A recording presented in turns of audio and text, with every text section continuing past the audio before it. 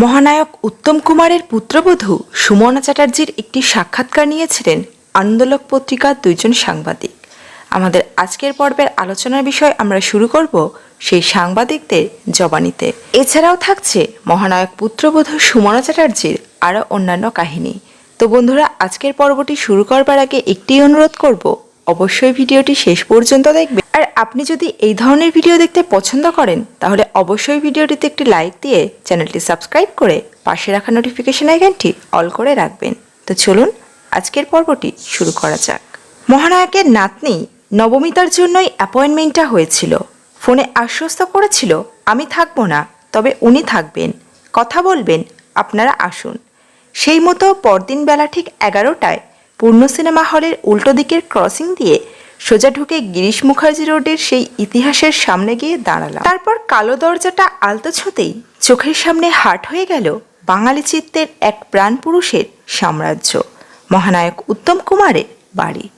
থামলাম এসে দোতলার বন্ধ সদরের কাছে। কেউ কোথাও নেই, কেমন যেন এক ধোঁয়া ধোঁয়া নির্জনতা। কলিং বেল শুনে দরজা খুলে দিয়ে গৃহস্থালীর মেয়েটি সেই যে দাঁড়ান বলে চলে গেল তো গেলই, আর ফেরার নাম নেই। অগত্যা আবার বেল। এবার এসে কিন্তু মুখে বলল, উনি নেই, কখন আসবেন জানি না। নেই। আবার তারা ফোন করলেন নবমিতাকে। সে অবাক। না না, আছেন, সে বিষয়ে নিশ্চিত ছিল সাংবাদিকরাও। তাই আবার তারা বেল দিলেন, কিন্তু এবারও সেই মেয়েটির মুখে বাঁধা বুলি। দরজা বন্ধ হয়ে গেলে তারা ফিরে আসার উপক্রম করলেন, কিন্তু তারা ফিরলেন না। সেই বাড়ির সিঁড়িতেই বসে থাকলেন, কারণ একবার না একবার তো তিনি বেরোবেনই। এবার সরাসরি নবমিতাকেই অনুরোধ করলেন তারা, তুমি একবার ফোন করে বলে দাও না, তাহলে যদি উনি আসেন। আরও মিনিট 10 পরে দরজাটা খুলল। সেই মেয়েটি মুখ বাড়িয়ে বলল, আসুন। এক প্রাসাদী বসার ঘরে ঢুকে পা যেন গেঁথে গেল তাদের।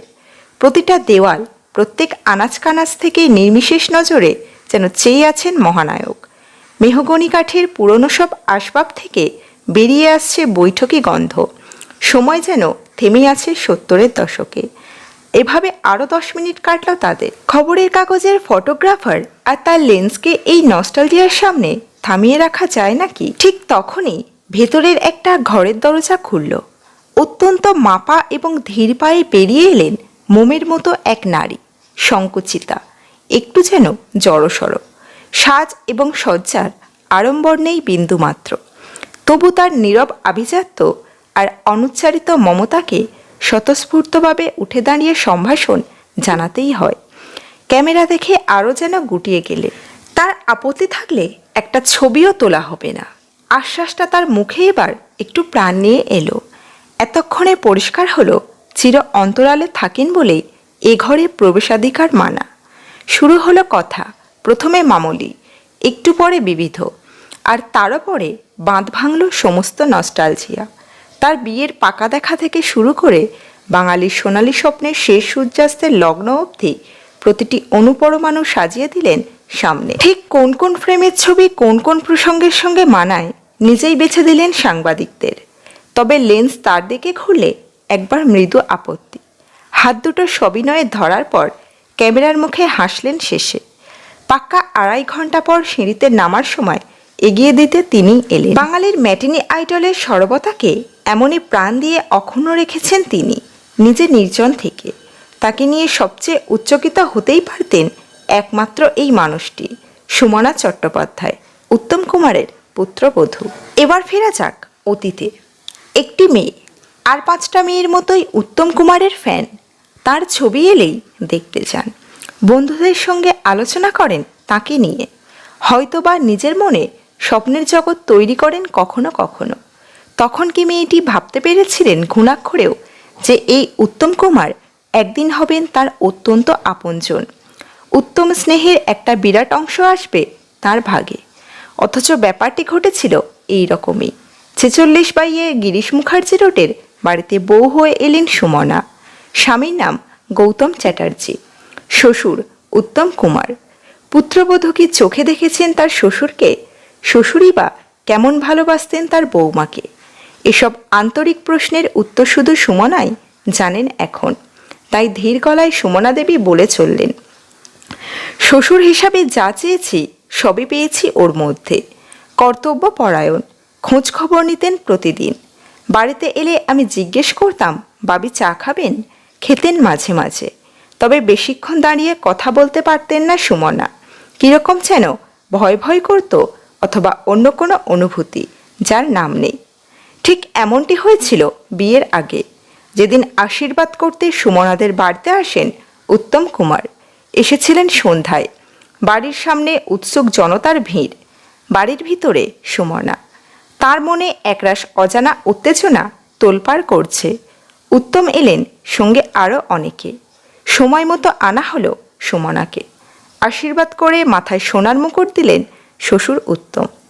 তাড়াহুড়ো করে নয়, ধীরে ধীরে। আহা, আস্তে আস্তে পরাও, ওর লাগছে। অন্যের হাত থেকে নিয়ে নিজেই পরিয়ে দিলেন মাথায়। বিয়ের পর শ্বশুরবাড়িতে এসে পৌঁছানো মাত্রই গাড়ি থেকে কোলে করে কনেকে নামাতে সকলের আগে কোমর বেঁধেছিলেন উত্তম কুমার। নামাতে হয়নি অবশ্য, কাজটা করেছিলেন সুব্রতা দেবী, সুমনার খুর শাশুড়ি। এবারে আসা যাক বৌভাতের প্রসঙ্গে। বৌভাত হয়েছিল দুই ভাগে। একদিন হয়েছিল আত্মীয় কুটুম্বদের নিমন্ত্রণ, আর একদিন হয়েছিল ইন্ডাস্ট্রির সবার নিমন্ত্রণ। উত্তম কুমারের একমাত্র পুত্র গৌতম চ্যাটার্জি ও পুত্রবধূ সুমনা চ্যাটার্জির বৌভাত। উত্তম কুমার পরেছিলেন পাঞ্জাবি আর ময়ূরপুচ্ছ ধুতি। গৌরী দেবী চিরকালই ভারী অলঙ্কার প্রিয়া ছিলেন। ছেলের বৌভাতেও মন ভরে গয়না পরেছিলেন উত্তম জায়া। লিপস্টিক খুব একটা পরতে লাগতো না তার, কারণ পান খেয়েই খয়েরের ঠোঁট দুখান লাল হয়ে থাকত। একমাত্র আদরের ছেলের বউ বৌমাকে সোনার গয়নায় শালঙ্কারা রূপে সাজিয়েছিলেন মহানায়ক। তরুণ কুমার সেদিনও মহাব্যস্ত।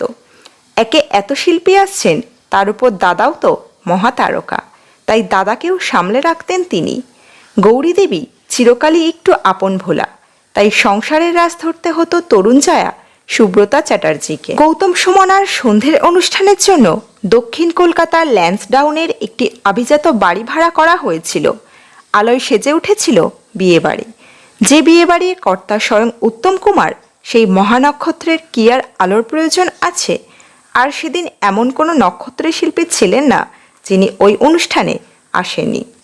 সুচিত্রা সেন আসতে পারেন এমন একটা খবর ছিল, কিন্তু তিনি তো সব জায়গাতে যেতেন না। ৭০ সালের শুরু থেকেই তিনি নিজের ছবির প্রিমিয়ারেও যান না, যেতেন না কোনো সহকর্মীর কোনো অনুষ্ঠানে। উত্তমের সেই প্রিয় বান্ধবী কি আসবেন তার একমাত্র পুত্রের বৌভাতে? সুচিত্রা যে উত্তমের বাড়িতে খুব আসতেন এমন নয়। দু একবার এসেছেন উত্তমের বাবা মায়ের সঙ্গে দেখা করতে। গৌতমের ৫ বছরের জন্মদিনে আর উত্তমের বাবার মৃত্যুদিনে এসেছিলেন। সেদিন অনেকক্ষণ ছিলেন। তখন ছিল ওদের সপ্তপদীর শুটিং। উত্তম কুমারের একমাত্র ছেলের বিয়ে বলে কথা, তাই উত্তম সেদিন অতিথি আপ্যায়নে ব্যস্ত। নিমন্ত্রিত অতিথিরা সবাই ঠিকমতো খাওয়া দাওয়া করছে কিনা উত্তম কুমার নিজে তার তদারকি করছেন। তখন বাজে ঠিক রাত ৯টা কি ৯:৩০। গম গম করছে বিয়ে বাড়ি। ইতিমধ্যে এলেন স্বপ্নসুন্দরী সুচিত্রা সেন। কাজল নয়না সুচিত্রা সেদিন শাড়ি নয়, মেখলা পরে এলো চুলে ভুবন ভোলানো হাসি মুখে হাজির হয়েছিলেন। সবাই তখন উত্তম কুমারকে ডেকে দিয়েছে। রমা আসার খবর পৌঁছতেই ছুটে এলেন উত্তম। ঠিক যেন হারানো সুরের হিরোর মতোই সেদিনকার শ্বশুর উত্তম ছুটে এলেন। উত্তমকে দেখেই সুচিত্রা দুহাত তুলে এগিয়ে গেলেন উত্তমের দিকে, আর উত্তমও দুহাত বাড়িয়ে এগিয়ে এলেন সুচিত্রার দিকে। নতুন বউয়ের সামনে, অত আত্মীয় স্বজনের সামনেই উত্তম সুচিত্রা দুজন দুজনকে জড়িয়ে ধরলেন। যেমনভাবে উত্তম সুচিত্রার আলিঙ্গন আপনারা দেখে আসছেন সিনেমাতে। বৌমার পাশে দাঁড়িয়েছিলেন গৌরী দেবী। গৌরী দেবী উত্তম সুচিত্রা জড়িয়ে ধরা দেখে হাসছিলেন। সেই হাসিতে প্রসন্নতা ছিল। সেদিনকার ঐতিহাসিক ঘটনা এখানেই শেষ নয়, বাকি ছিল আরও অনেক রোমাঞ্চকর ঘটনা। বৌমা সুমনাকে উপহার দিয়ে তার হাত ধরে সুচিত্রা বলেছিলেন শ্বশুরমশাইকে শক্ত করে ধরে রেখে। কোন পরিস্থিতি ভেবে বলেছিলেন এ কথা সুচিত্রাই জানেন। সুচিত্রার মন অনেক উচ্চ দর্শনে চলত, তাই ওর মন অনেক আগেই ভবিষ্যতে টের পেত। সেদিন তিনি আর ৫ জনের মতো নেমন্তন্ন খাননি। সেদিন মহানায়িকা যাবার আগে ঘটিয়েছিলেন এক অভাবনীয় ঘটনা, যে ঘটনা উত্তমের পরিবারের নিকট আত্মীয়রা ছাড়া কেউ জানে না। সুচিত্রা সেন উত্তম কুমার আর গৌরী দেবীর হাত দুটো নিজের হাতের মধ্যে নিয়ে একত্রিত করে দুজনকে বলেছিলেন দুজন দুজনের হাত এভাবে ধরে থাকবি, কেউ কখনো ছাড়বি না। সুমনা চ্যাটার্জির এই বিয়ে আদৌ কতখানি সুখকর হয়েছিল তার উত্তর দিতে পারবেন একমাত্র তিনি নিজে, কারণ তার স্বামী গৌতম চ্যাটার্জি পরবর্তীতে গান্ধর্ব মতে আবারও একটি বিয়ে করেছিলেন। সেই স্ত্রীর নাম মহুয়া চ্যাটার্জি। গৌতম ও সুমনার এক পুত্র সন্তান ও কন্যা সন্তান আছেন। পুত্র সন্তানের নাম গৌরব চ্যাটার্জি, যাকে আমরা অভিনেতা গৌরব চ্যাটার্জি হিসাবে চিনি, ও তাদের কন্যা সন্তানের নাম নবমিতা চ্যাটার্জি। গৌতম ও মহুয়ারও আছে একটি কন্যা সন্তান, তার নাম মৌমিতা চ্যাটার্জি। বর্তমানে 203 সমস্ত বিবাদ ভুলে একই বাড়িতে একসাথে সংসার করছেন। তো বন্ধুরা, আমাদের আজকের পর্বটি এখানেই সমাপ্ত। দেখা হচ্ছে পরবর্তী কোনো পর্বে। শেষ করবার আগে একটিই কথা, আপনারা সকলে ভালো থাকবেন, সুস্থ থাকবেন। ধন্যবাদ।